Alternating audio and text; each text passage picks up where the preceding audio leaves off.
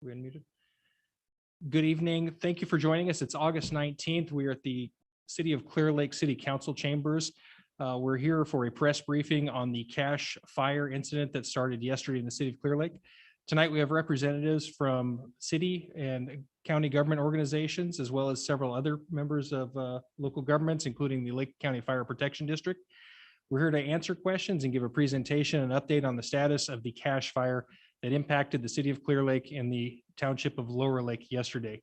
The format of this meeting will be that we will have representatives from various organizations provide information and updates, and we'd like to hold all questions until the end of the press briefing, at which time we're happy to answer any questions you might have. We have a fairly diverse group of people, and we'll do our best to answer any questions that may come out. We'll take questions from those that are here with us in the council chambers, as well as those that are here joining us by way of Zoom. My name is Sheriff Brian Martin. I'll be moderating the press conference tonight, and I'd like to start it out with an introduction, a brief presentation of the fire and how it started, and the initial response by Lake County Fire Protection Chief Willie Cepeda.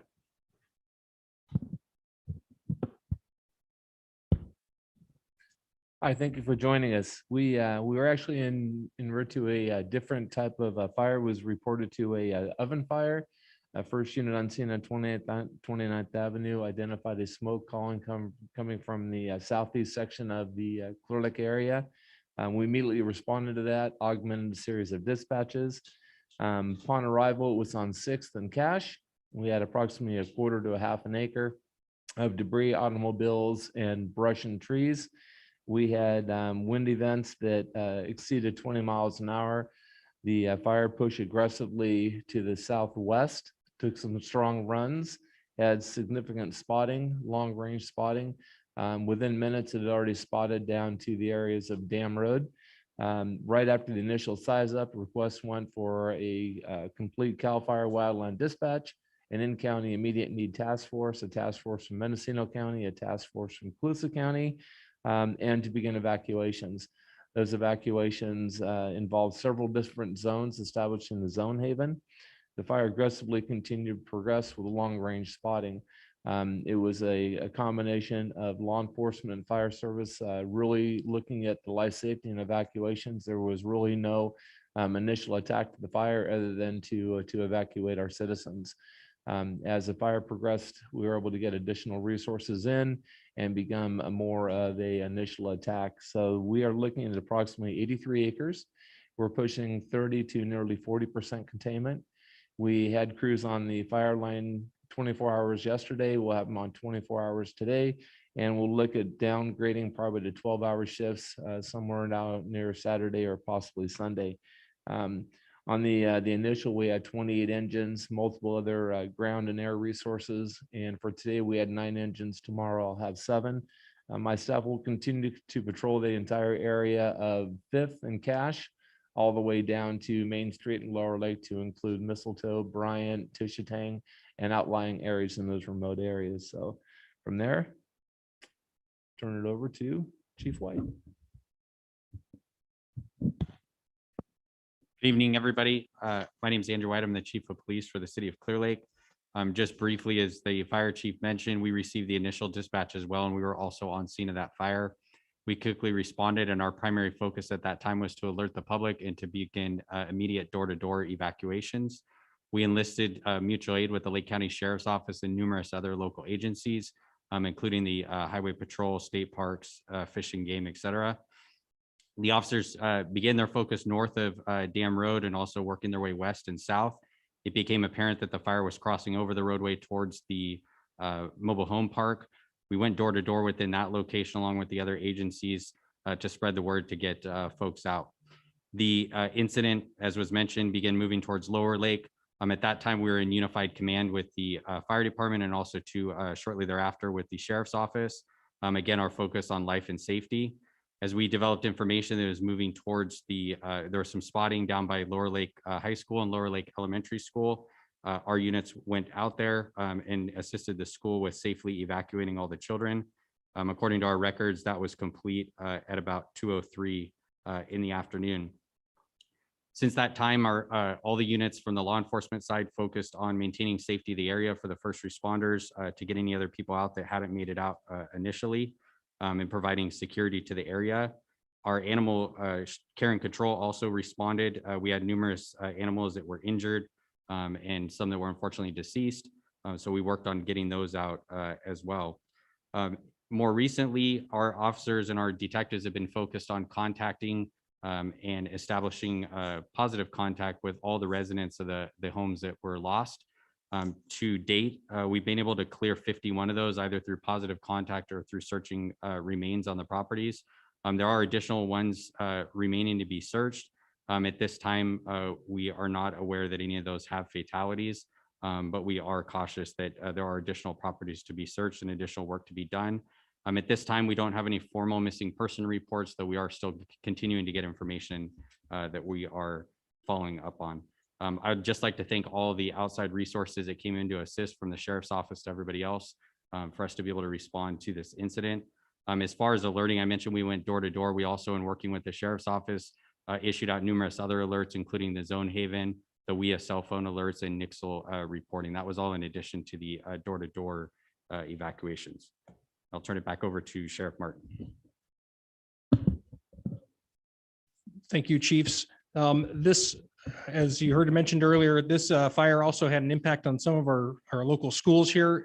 It caused some issues for the schools, which had just returned to their session after being away for most of last year and all of summer. We have a representative from the local school district here, Canocti Superintendent of Schools, Becky Salata, with an update and information on how this impacted the schools and what to expect in the next few days.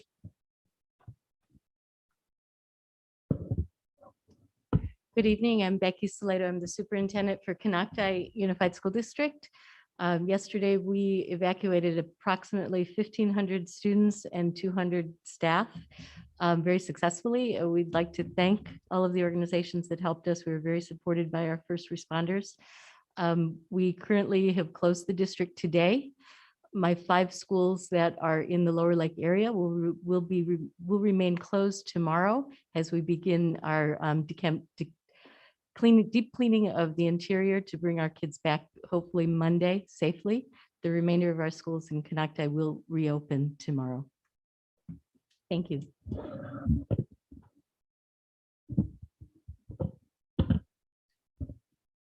These large-scale evacuations also resulted in the establishment of a temporary evacuation and shelter site.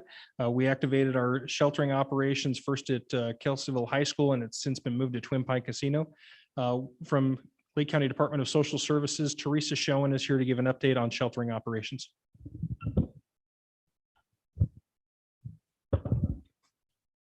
Good afternoon. I'm with the Lake County Department of Social Services, and we opened a shelter at Kelseyville High School yesterday at 2 o'clock in the afternoon. And then today at 11 a.m., we relocated that to Twin Pines Casino. And yesterday we had 42 evacuees who registered into the shelter. Today we had an additional 30 or so that registered. And right now our priority is meeting immediate needs, medication management, food, a bed to sleep in, and longer term, Red Cross will be managing the shelter. We will be in a support position, and that's when we will move towards resources towards recovery.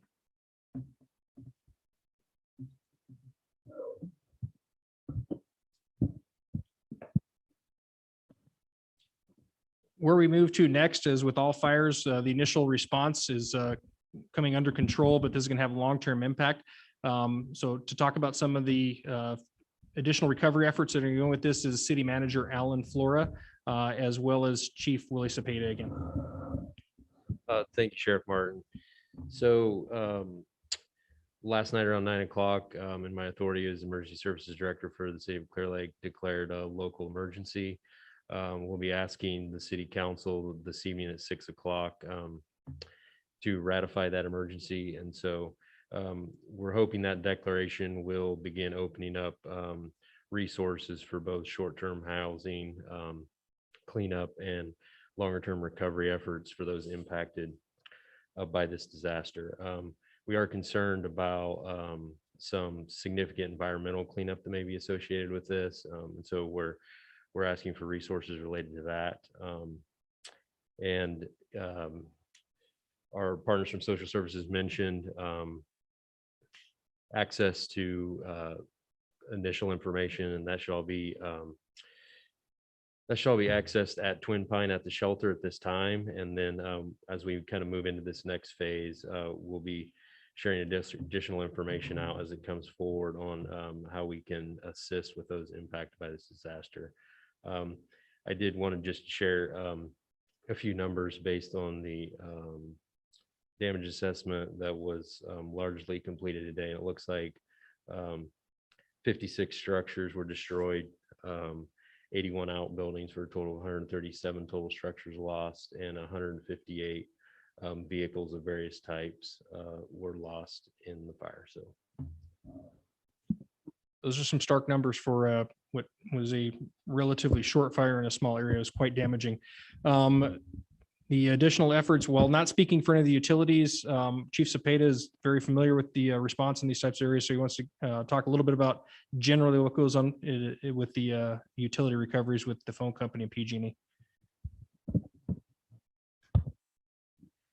Thank you. As we move forward and looking at the evacuation orders being lifted and the repopulation of communities, is that the personal safety of the community coming back into those areas. It's a very daunting and very slow process, is to eliminate all of the various hazards that are out there. Some of our biggest hazards are tree hazards.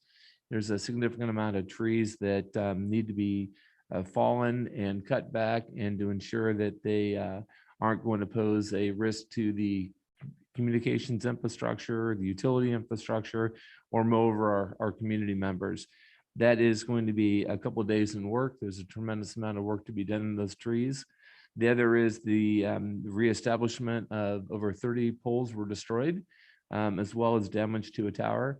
We coordinated with PG&E late last night. We brought them in this morning, working in unison with them to ensure that we can get their infrastructure back up. But it is as I stated, a daunting task to remove all the old wiring, make sure that it's safe, everything is tested. And so it's going to be a few days before that infrastructure is going to be reestablished. That doesn't mean that's going to be several days to before we look at repopulation.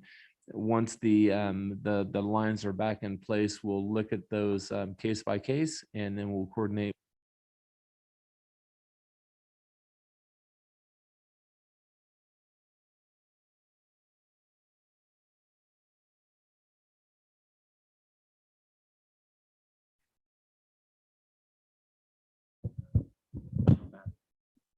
So the water and those utilities that we rely on are there.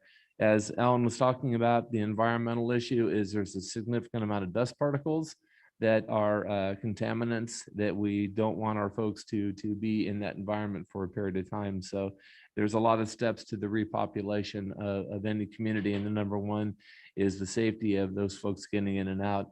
As I said earlier, we're going to have resources there for the next few days, the fire equipment coming in and out. And so we will keep you posted, and we will do it incrementally as those areas become safe. We will do our best to get those areas reestablished and repopulated and support the long.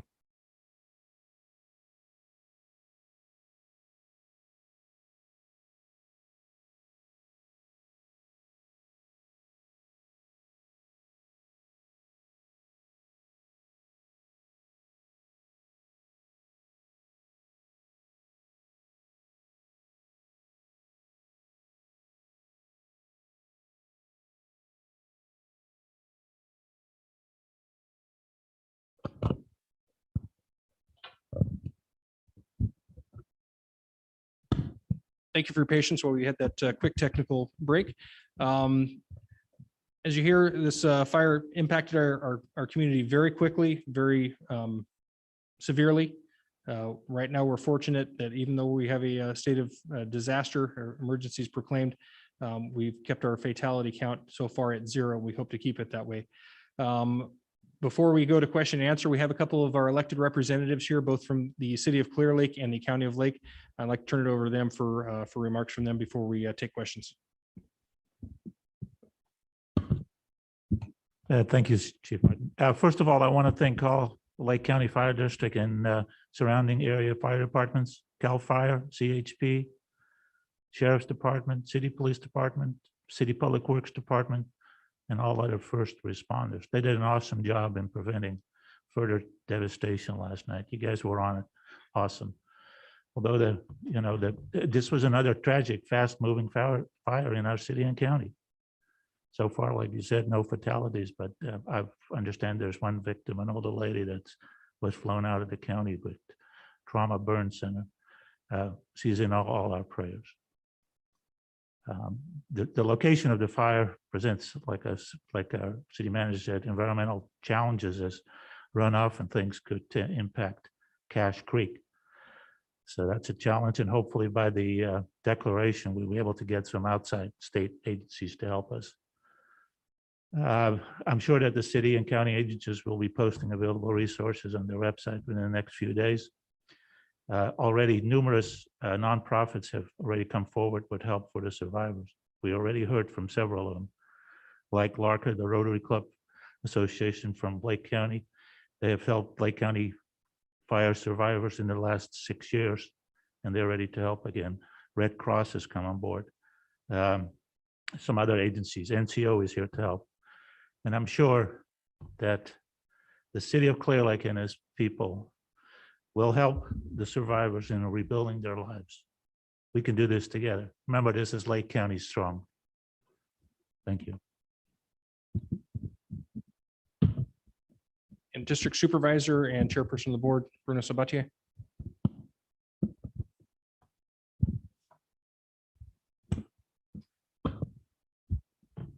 First and foremost, my heart goes out to everybody who had to flee from the fire, who lost a house in the fire. The fear that puts into us, we've all experienced it from all different levels. My heart goes out to all of you who had to endure that yesterday. My gratitude to all first responders putting their lives at risk to save other people's lives. While the fire was devastating and extreme, it was stopped from doing further destruction, and my thanks and gratitude for their actions. I give my pledge to helping the city of Clear Lake and the county to work together with the state and our federal partners to get everything that we can to move swiftly. Recovery can't start until we're ready to go and the fire zone is completely safe, but the conversations have already begun. Throughout the night, throughout today, I have been in communications with everyone that I can to make sure that we are prepared to take those actions and move forward. You see before you, you already have a great team of collaborators. You walk inside the fire zone right now, there's an even larger team of collaborators working to clean it up the area and make it safe for everyone. And that work will continue. But again, my heart goes out to all of you that have been impacted. Thank you.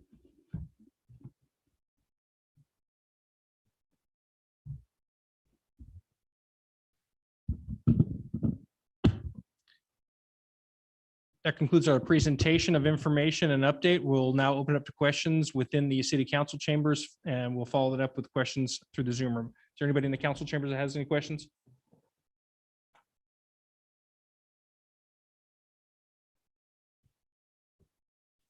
And anybody in the Zoom room? Okay, thank you. We're going to conclude the meeting. This will be immediately followed by the Clear Lake City Council meeting tonight. We want to thank you for all your time, and we will post updates as information becomes available. Thank you for your time.